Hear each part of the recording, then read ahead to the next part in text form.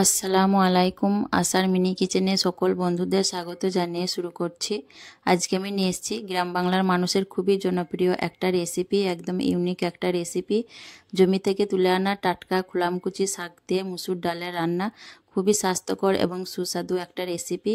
তো চলুন রেসিপিটি দেখে নেওয়া যাক। আর যারা নতুন বন্ধু আমার ভিডিওটি দেখছেন, ভালো লেগে থাকলে অবশ্যই আমার চ্যানেলটিকে সাবস্ক্রাইব করে আমার পাশে থাকবেন।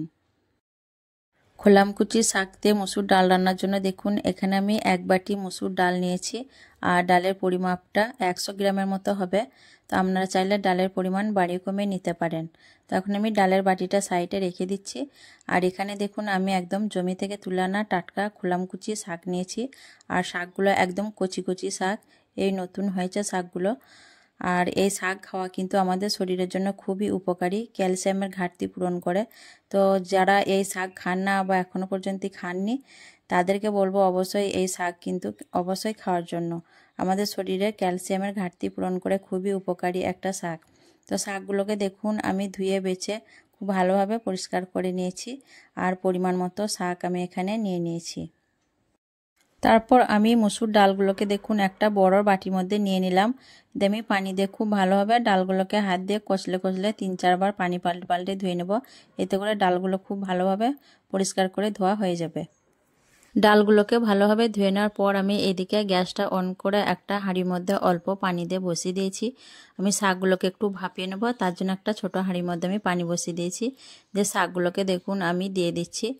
শাকগুলো হয়তো আপনারা ভাববেন ভাপিয়ে নিলে পুষ্টিগুণটা নষ্ট হয়ে যাবে। আমি কিন্তু খুব বেশি শাকগুলো ভাপাবো না, একটু হালকা করে শাকগুলোকে ভাপিয়ে নেব। তাহলে শাকের মধ্যে যে একটা কষ ভাব থাকে, সেই ভাবটা আর থাকবে না। তার জন্য আমি শাকগুলোকে হালকা করে ভাপিয়ে নেব।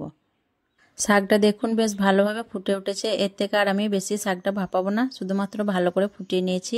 আর শাকের পানিটার মধ্যে দেখুন কতটা শাক থেকে কষ বের হয়েছে। এখন আমি গ্যাসটা অফ করে শাকের হাঁড়িটা নামিয়ে নেব, দিয়ে পানিটাকে ঝরিয়ে নেব। শাকগুলোকে দেখুন আমি একটা ছিদ্রওয়ালা পেঁচের মধ্যে ঢেলে দিচ্ছি। এতে করে শাক থেকে পানিটা খুব ভালোভাবে ঝরে যাবে। আর শাকের পানির কালারটা দেখুন কত সুন্দর একটা কালার এসছে পানিটার মধ্যে। শাকগুলো ততক্ষণে ঝরতে থাকুক, আর আমি এদিকে গ্যাস অন করে ডাল সেদ্ধ হতে বসিয়ে দেব। তার জন্য আমি দেখুন গ্যাস অন করে একটা কড়াইয়ের মধ্যে কিছুটা পানি গরম করে নিয়েছি। তারপর আমি ধুয়ে রাখা মসুর ডালগুলোকে পানির মধ্যে দিয়ে দিচ্ছি। ডালগুলো দেওয়ার পর আমি ঢাকনা ঢেকে দিয়ে 5 মিনিটের মতো সেদ্ধ হতে দেব। ডালগুলো 5 মিনিট সেদ্ধ করার পর আমি ফিরে এলাম, দিয়ে ঢাকনা খুলে নিলাম। আর ডালগুলো দেখুন প্রায় সেদ্ধ হয়ে এসছে। এখন আমি একটা চামচ দিয়ে খুব ভালোভাবে ডালটাকে ঘেটে নেব। প্রায় ডালই কিন্তু খুব ভালোভাবে সেদ্ধ হয়ে গেছে।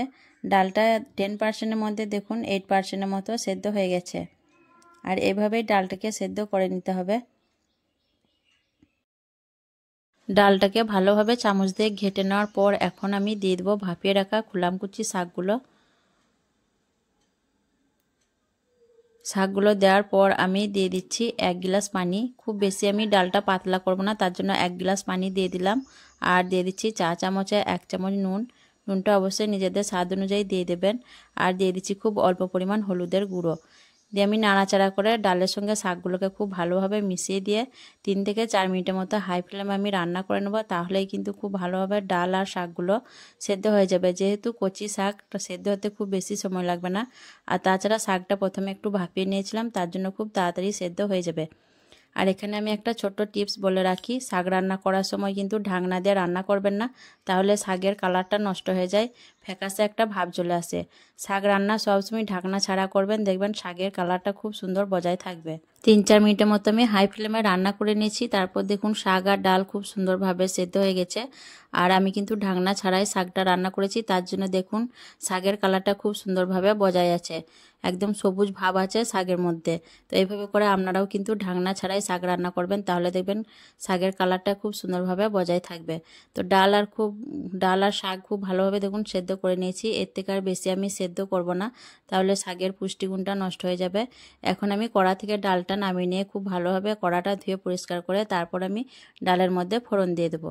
কড়াইটা পরিষ্কার করার পর আমি দেখুন পরিমাণ মতো সর্ষের তেল দিয়ে খুব ভালোভাবে তেলটাকে গরম করে নিয়ে তারপর দিয়ে দিচ্ছি এখানে আমি 3টে শুকনো লঙ্কা ছেঁড়া। আমি লঙ্কাটাকে একটু নাড়াচাড়া করে লাল লাল করে ভেজে নেব। লঙ্কাটা দেখুন লাল লাল করে ভেজে নিয়েছি। এখন আমি এর মধ্যে দিয়ে দিচ্ছি একটা মিডিয়াম সাইজের পেঁয়াজ কুচি।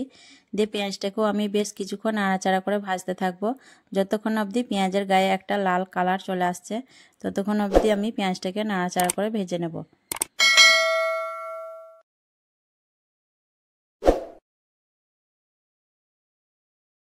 পেঁয়াজটা দেখুন একটু লাল করে ভেজে নেওয়ার পর দিয়ে দিচ্ছি এখানে আমি থেতো করে রাখা রসুন। আর এখানে আমি একটা বড় সাইজের গোটা রসুন ব্যবহার করেছি। এই শাক রান্নায় রসুনের পরিমাণটা একটু বেশি দিলে খেতে খুব বেশি ভালো লাগে।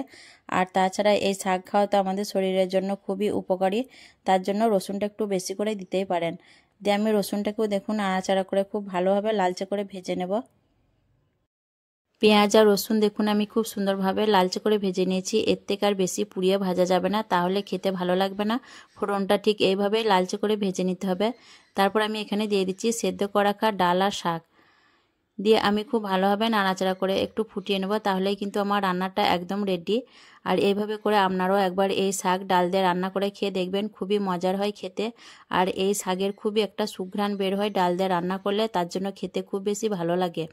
তো দেখুন খুব সুন্দরভাবে আমার ডাল রান্নাটা তৈরি হয়ে গেল। এখন আমি গ্যাসের চুলাটা অফ করে দিয়ে আপনাদের পরিবেশন করে দেখিয়ে দেব। খোলামকুচি শাক দিয়ে ডাল রান্নার রেসিপি কেমন লেগেছে অবশ্যই কমেন্টে জানাবেন। ভালো লাগলে লাইক করবেন, শেয়ার করবেন আর আমার চ্যানেলটিকে সাবস্ক্রাইব করে আমার পাশে থাকবেন। আসবো আবারও অন্য কোনো রেসিপি নিয়ে। সকলে ভালো থাকবেন, সুস্থ থাকবেন। আল্লাহ হাফেজ।